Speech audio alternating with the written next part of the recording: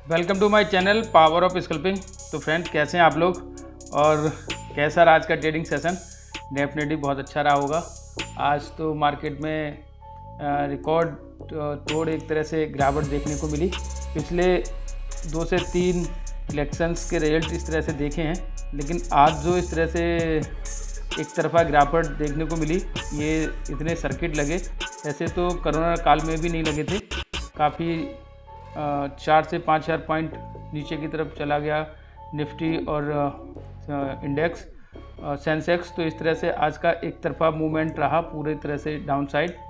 तो डेफिनेटली जो लोग अपनी स्ट्रेटजी पे तैयारी से बैठे थे, आज शायद उन्हें इतना अच्छा प्रॉफिट करने का मौका ना मिला हो, ना ही अच्छे ट्रेड मिले हों, क्योंकि इस तरह के अनसर्टेनिटी में बहुत ज़्यादा आप इंडिया बिक्स को अगर देखें तो उधर बहुत ज़्यादा ऊपर चला गया था इंडिया बिक्स, और ऐसे में जो बेगा होता है वो एकदम बढ़ जाता है। प्रीमियम्स इतने हाई हो जाते हैं कि जो ऑप्शन बायर हैं उसको पकड़ ही नहीं पाते हैं। तो डेफिनेटली ऑप्शन बाइंग में तो कुछ आज विशेष चीज़ें रही नहीं होंगी। देखिएगा, जब मार्केट ओपन थी उस समय ये 31 के करीब पहुंच गया था, हाईएस्ट रहा है। तो इस तरह से ऑप्शन बाइंग में तो कोई अपॉर्चुनिटी थी नहीं आज विशेष। प्रीमियम बहुत ज़्यादा हाई थे और डेफिनेटली जो ऑप्शन सेलिंग करी होगी उनको थोड़ा सा यहाँ पे ज़रूर बेनिफिट मिले होंगे। तो ऐसे में मोस्टली यही रहता है कि वॉलेटिलिटी बहुत ज़्यादा हाई रहती है। तो मेरा तो यही मानना रहता है कि हमेशा 1-2 दिन ट्रेड ना करो तो ज़्यादा अच्छा है, आपका कैपिटल लूज हो उससे।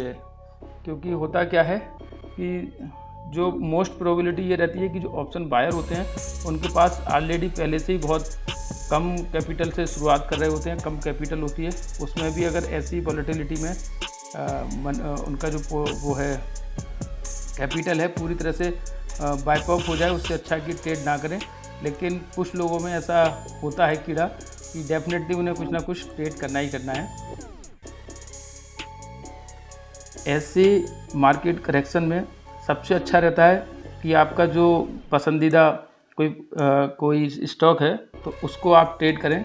जैसे आज करीब 174 के करीब चल रहा था टाटा स्टील और 148 तक आया। मेरी उसमें 150 पे काफ़ी हैवी क्वांटिटी आज मैंने उठाई है, क्योंकि ये तो पता ही था कि मोदी जी दोबारा आ रहे हैं। तो डेफिनेटली आने वाले समय में मेटल सेक्टर में फिर से एक अपसाइड मूव मिलेगा, तो काफ़ी अच्छे यहाँ पे टारगेट हमें टाटा स्टील में देखने को मिल जाएंगे।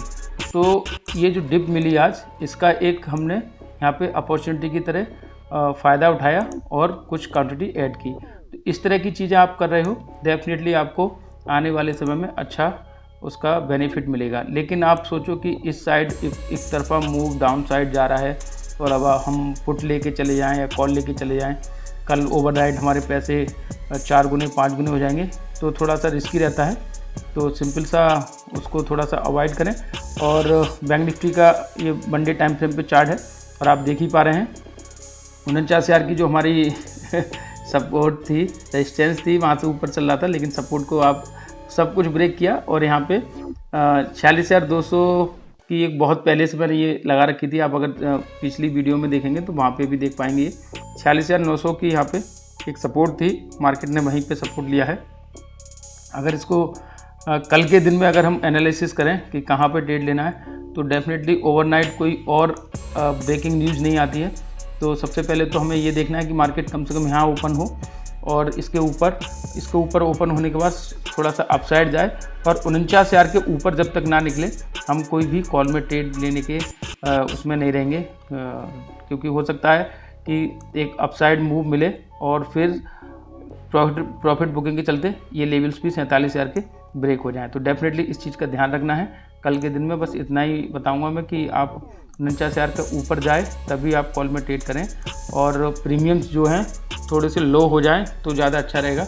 कल डेफिनेटली हो सकता है कि कल जो इंडिया बिक्स है वो पूरी तरह से क्रैश हो जाए और प्रीमियम बहुत फास्ट मेल्ट होंगे। तो डेफिनेटली आप किसी में ऑप्शन बाइंग कर भी रहे हैं तो आपको ये देखना रहेगा कि मार्केट हल्का सा भी कहीं भी रेंज बाउंड रहा तो आपका प्रीमियम एकदम जीरो हो जाएगा। तो इस चीज़ का विशेष ध्यान रखें, हमेशा ऐसा होता है, क्योंकि जो चीज़ें, बहुत सारी चीज़ें हैं वो तो अभी क्लियर हो ही गई हैं कि 3.0 मोदी जी की थोड़ी सी ये गवर्नमेंट वापस आ रही है, ये तो कंफर्म ही है।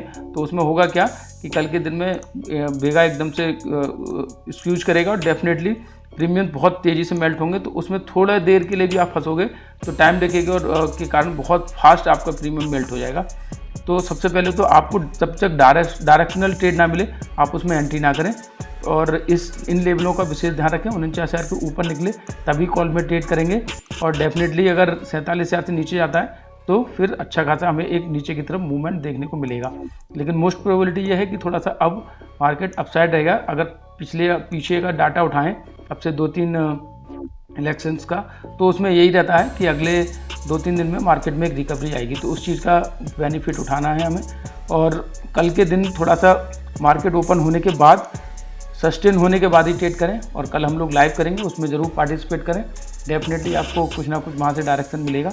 इसी तरह से अगर आप देखें निफ्टी में, तो निफ्टी में आप देख पा रहे हैं 22,804 की, ये देखिएगा वनडे टाइम फ्रेम पे चार्ट दिखा रहा हूँ, काफ़ी अच्छा सपोर्ट यहाँ पे मार्केट ने लिया है।